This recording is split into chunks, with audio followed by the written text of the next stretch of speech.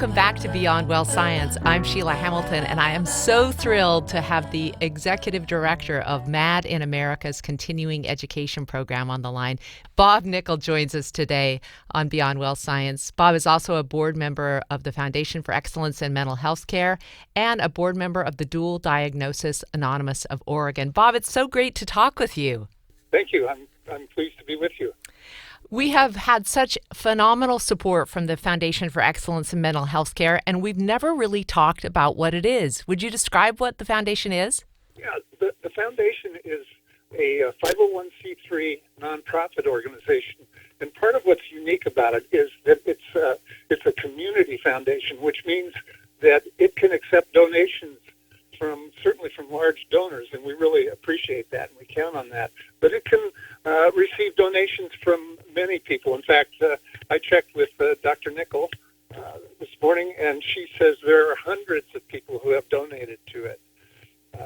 The purpose of it is really to promote recovery-oriented approaches in mental health and to de-emphasize the biomedical model. It's not that the foundation has no interest or support for certain parts of the biomedical model, but we're clearly concerned that there be a different paradigm of care. So the projects that the foundation is funding and supporting tend to be things that are, as I said, much more recovery-oriented. And how does the work vary from other mental health foundations? Well, I think what we're talking about here is that it's different in that the foundation is not one that's a private foundation that may be part of a much larger organization. So it's much more independent and as I said, focused much more on recovery-oriented, hopeful, supportive kinds of projects. When we talked with Robert Whitaker, he described the MAD in America project, and it sounds like it is so ambitious and so hopeful for people who are dealing with mental illness. But what role did the foundation play in incubating that effort? Well, it provided a financial platform, a place for the funding to go from the larger MAD in America project to this more specialized project, which is really for continuing education. Bob Whitaker knew that there were things that he couldn't do with the current for-profit organization that he had originally set up. So this project was something that he wanted to have happen. He knew that as a medical investigative journalist, he could only do certain kinds of things, but he'd always had the idea to do something in the continuing professional education area. So the foundation provided that kind of platform, a funding place that funds could begin to go to. So that was the role that the foundation played. And continuing education sounds like most of the people who would be interested in doing it are psychiatrists, psychologists, scientists who might be interested in the foundation's work on recovery.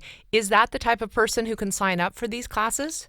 Yeah, absolutely. And that's really the targeted audience that we have for the courses and the presentations. We do have a lot of people with lived experience, family members, other advocates who do attend, but we always make it clear that this is professional continuing education.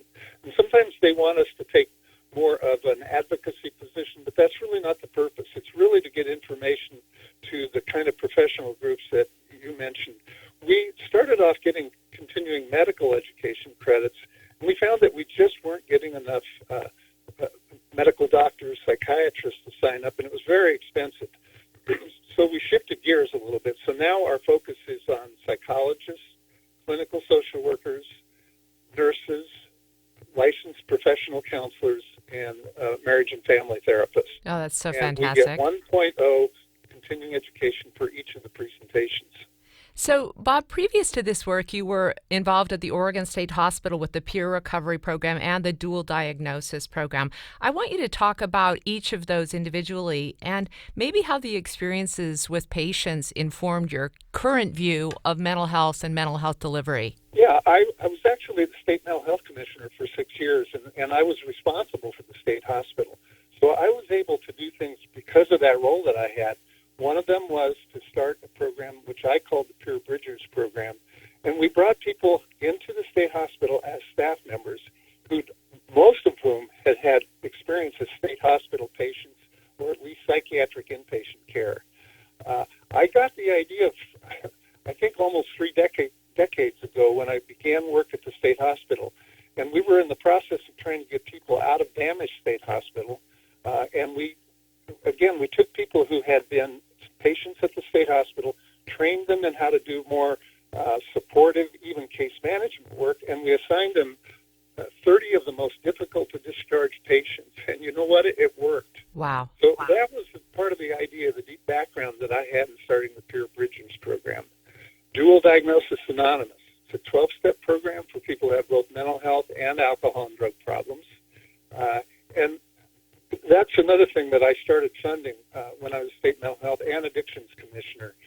A person named Corbett Monica came into my office one day, explained that he had started DDA, Dual Diagnosis Anonymous, because when he took people with mental health problems to regular NA and AA meetings, they often didn't fit in. He'd even get calls from leaders of those groups saying, you know, that person is too disturbed. They can't come back. So Corbett was himself a person with those sets of problems. He came back from Vietnam having seen his best friend's head shot off. He came back with severe post-traumatic stress disorder. He got hooked on heroin. When he got into recovery, he realized again that there was a need for 12-step programs that really worked with people who had those sets of issues. Wow. Last fall, they asked me to be the board president. So I'm spending a lot of time with the director of the program now, whose name is Doyle Smith. In fact, this week we're going to go speak with a county commissioner over on the coast. And I spent a lot of time helping him deal with some of the administrative challenges that I've learned a little bit about over my few years working in the system. I'm so grateful for people like you that are so passionate about it and just keep putting all of their energy into it. So I always like to ask our guests, like, what gives you hope? What have you seen change that makes you really optimistic about the work that you're in? I've come up with the idea that what we're really talking about in a reform movement is something that I call a green movement, or a green reform, or if you really want to get radical, a green revolution. And I realized a few weeks ago that we actually are doing many things that are trying to detoxify the mental health system. And it's not just psychiatric drugs, which, you know, really can be very difficult and even toxic for some people, but also just trying to have a more complex view of the dynamics of what happens in mental health systems. If you make one change here, it's very similar to what you do in the environment. You have to realize there are all kinds of adjustments that take place. Wow, I love that. A green movement for mental health care. That's really original and so good. So how do people contribute to the foundation, Bob? And why is it especially important right now? Well, we will take any size donations. Of course, we still have some really major donors, philanthropists who provide us with a great deal of funding. But we also, as I said, get hundreds of people donating small, anything from $5 to $250 to donate to the foundation. And you're right now it's really critical that we keep getting large and small donations because we have a matching opportunity with a major international foundation. So if you're listening right now, you can go to our website at beyondwellwithsheilahamilton.com and just click on the link. If you're watching on YouTube, you just click on the link right there and donate now. Thanks again to the Foundation for Excellence in Mental Health Care for supporting our program. And Bob, so great to catch up with you. Thank you very much for having me.